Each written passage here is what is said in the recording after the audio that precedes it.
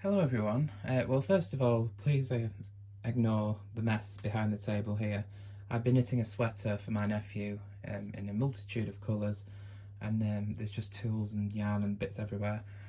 But anyway, today I wanted to show you this interesting rib. It's a vertical striped knit one purl one rib. Let's just home in on that there. There we go. You can see that the purl stitches are knitted in a contrast colour, while the main colour has knit stitches, and it's just a stripy 1x1 rib. So this is a hand manipulated technique. That's what the back looks like, and it does still have a fair bit of stretch, not as stretchy as a regular 1x1 rib, but it still has a fair bit of stretch, and it's just quite an interesting look. So we're going to start by casting on an odd number of stitches. So I'm going to cast on, for this small sample, 29 stitches, and we're going to take the main colour and do an E-wrap cast on. So nothing fancy, just your typical E-wrap flatbed cast on.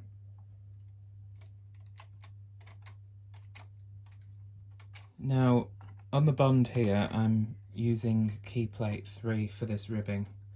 Now ordinarily if I was doing a 1x1 rib on the bond, a latched up rib, I would change to key plate 2 because I'd want it a bit tighter.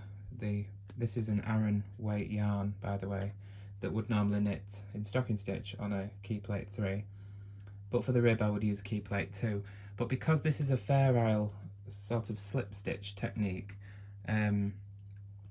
you'll want to use a slightly looser stitch size because of course the stranding on the back will add a bit of bulk, so you do want to use a looser stitch size. So I'm going to use the key plate 3 for the rib.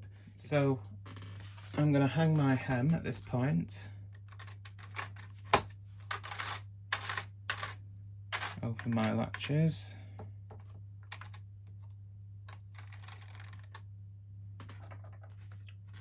put my elastic thread on, all the usual stuff.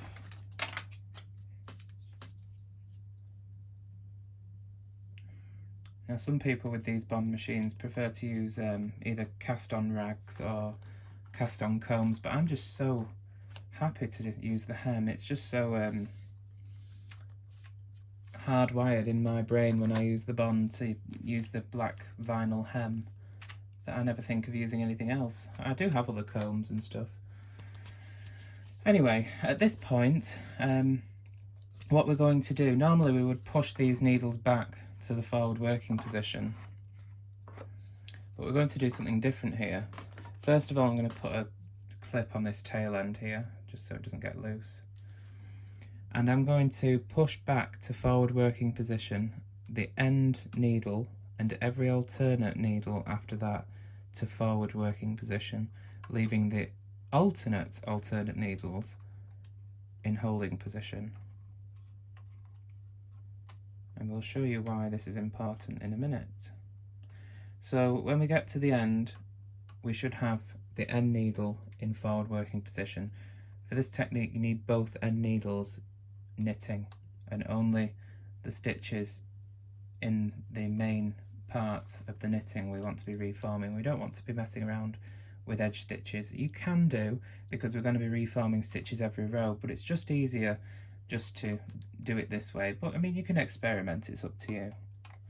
So once we've got all our stitches in line to knit, I'm going to knit across with the main colour in the carriage.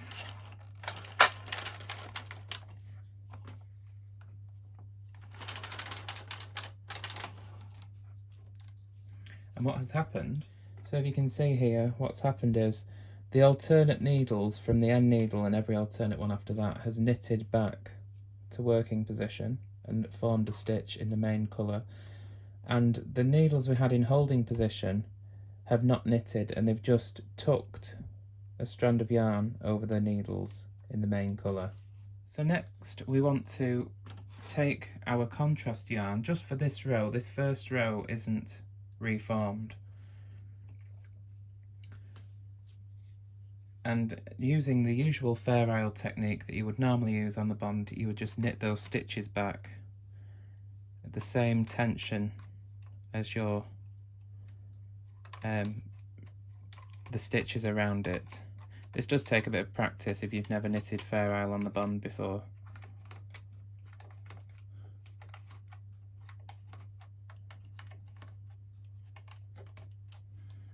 Okay. And what I like to do at the end here is bring that end needle out slightly and just lay the yarn across it so it carries that contrast colour right to the end.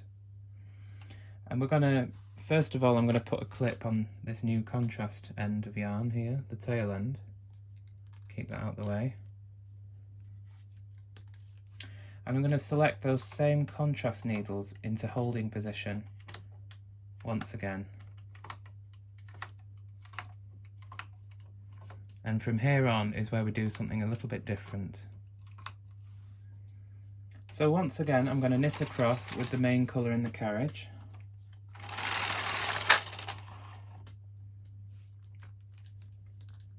And instead of knitting these stitches back like we just did, like we would in regular Fair Isle, what I'm going to do is I'm going to bring these holding position needles back just enough that those tuck stitches pop off the needles, and then I'm going to bring them back out.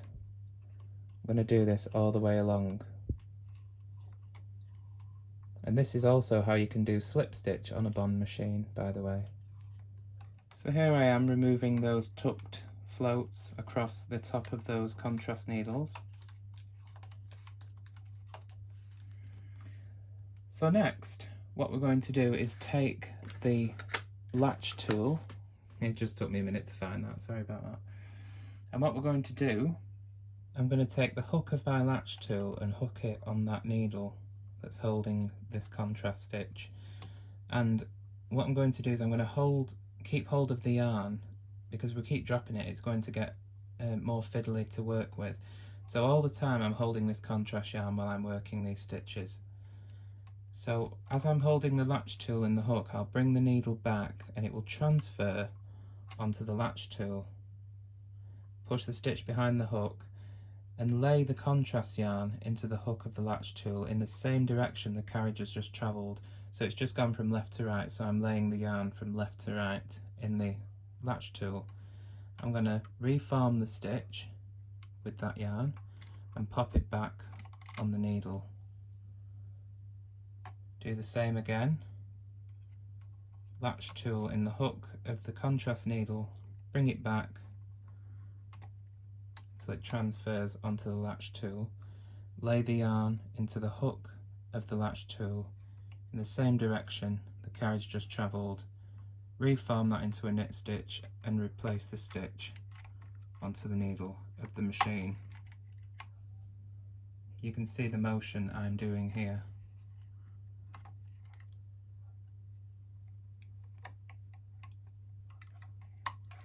After I replace that stitch, I bring the yarn back down so I can access this next needle.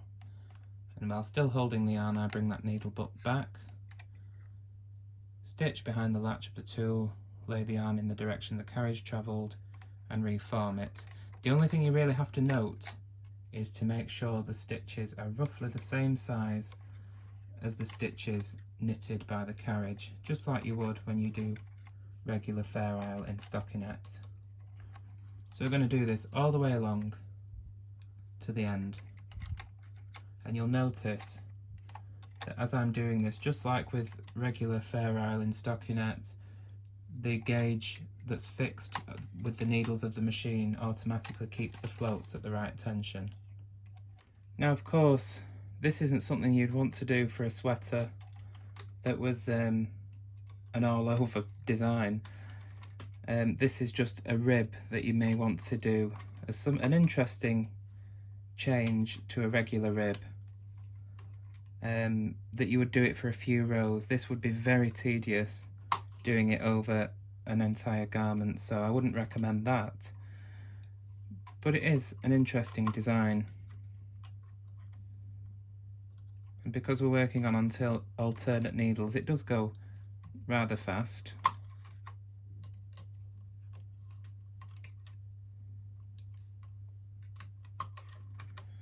And the reason we're going to do this every single row, reforming these stitches, is because you will find it very difficult to knit a number of rows in the Fair Isle technique on every other needle and then drop the stitches down and ladder them, because all these floats will be in the way for you to latch the stitches up, so it's much easier to do it every row. So when we get to the end, bring your end needle forward and lay it over the hook, just so it carries the colour right to the end, so when we turn back and go this way we don't end up with a hole. But now we just select the same needles we did last time and we repeat the exact same process that I've just shown you. So selected alternate needles, end needles are still knitting, knit across with the main colour, drop those loops that have tucked across those contrast needles,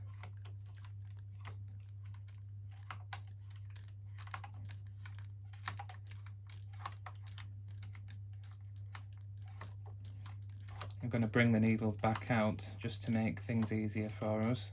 You can see where we're up to. And of course now, because I'm going right to left, we're going the opposite direction now that I've just shown you, so that the carriage has travelled from right to left, so we need to carry the yarn from right to left. And again, holding it all the time with my hand, I just repeat that same process that I've just shown you. Holding onto the yarn as we put the latch tool in the hook, pull the needle book back so the stitch transfers to the latch tool, and with the contrast yarn latch that stitch through of a similar size to the background stitches that were knitted with the carriage. And this is how we end up with our vertical stripes. And when you finish knitting your striped rib, you just continue knitting in stocking stitch or whatever pattern that you were going to make in the main area of the garment with the relevant stitch size, and that is what your rib will look like. Get this interesting float that runs along the bottom along with your E-wrap cast on, which I think actually looks quite nice, quite interesting. But anyway, there you go. That is a vertical striped 1x1 rib, hand manipulated on the bond machine. So hopefully you can give this a go and let me know what you think and see if it's not too much trouble. So hopefully this is interesting for you, and thanks for watching.